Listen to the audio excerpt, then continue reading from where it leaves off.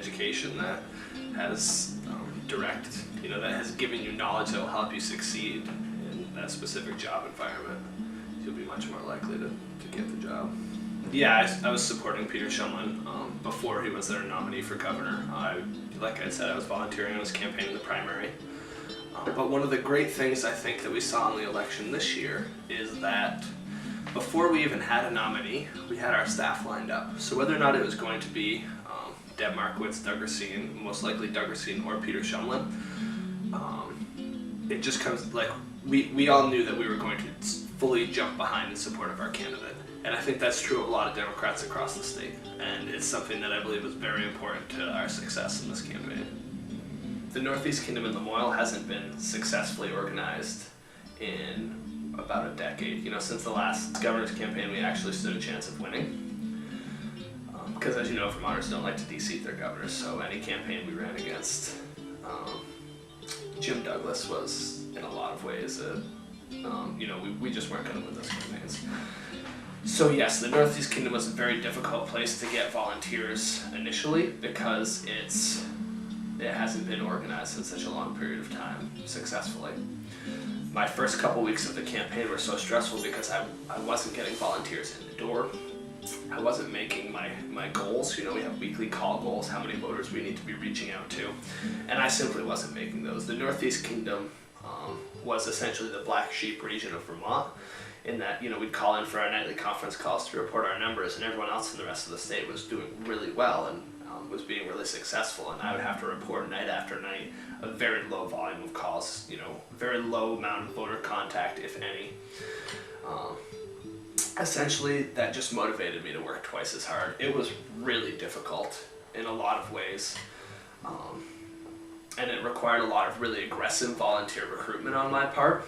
Once we got the ball rolling, though, they've never seen production out of the Northeast Kingdom like we saw this year.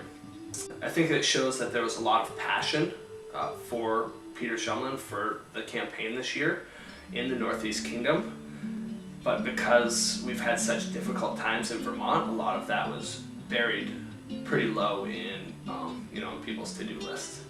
So it took a lot of aggressive volunteer recruitment and a lot of really deep personal connections with the volunteers I did have to get people in the door. By the end of the campaign, we were one of the most successful regions in Vermont when it came to volunteer recruitment during our Get Out the Vote plan. And I think a lot of that is due to just the hardworking nature of rural Vermonters. They put their heart and soul into it, and I think we have every volunteer that walked in that door at that office in St. Johnsbury, as well as statewide, to thank for our success in this election. I do feel I personally made a difference in this campaign because overall you have to measure success on a statewide basis. Obviously, Peter didn't win the Northeast Kingdom. Northeast Kingdom is traditionally a very Republican area of Vermont. What was important for us this year then was not whether or not we won the Northeast Kingdom, but how much we lost it by. Peter won certain key areas like Newport that Democrats traditionally do not win. To me, in the Northeast Kingdom, every vote counted, and it was a matter of extracting those votes in an otherwise very unsupportive area. I think one of the reasons we were successful to a degree in my area of Vermont is capitalizing on independent voters or moderate Republican voters who traditionally might have voted Republican, but because they're disenfranchised and have been out of work and are sick of being unemployed and have seen us lose 10,000 jobs under a Republican administration, decided to vote for Peter this year.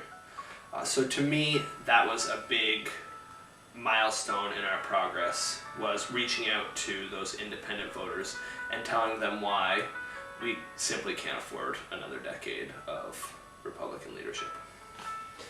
Personally, I'm a grain of salt type of guy. For the most part, the phone calls I made personally were volunteer recruitment, calling through people who are generally supporters, people who have been involved in campaigns in the past, or may have been involved in a campaign in the primary, volunteered at some point down the road, whether or not that's for Obama, essentially volunteer leads. So the reception I got was a lot more friendly than, say, a lot of the reception that our volunteers got on their voter contact. We have a very effective targeting system that whittled its way down over the course of the campaign. So towards the beginning of the campaign, we started calling through these lists, doing mainly voter identification.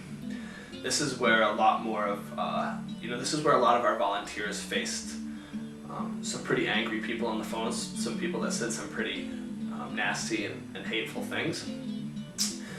Now I'm really proud and I really respect the work our volunteers did in shrugging those off, and because they can be personally really difficult attacks to take if you get someone on the phone and they jump in and people were saying a lot of really hurtful things.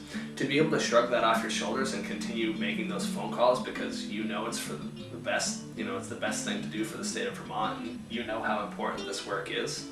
I'm gonna do that all again.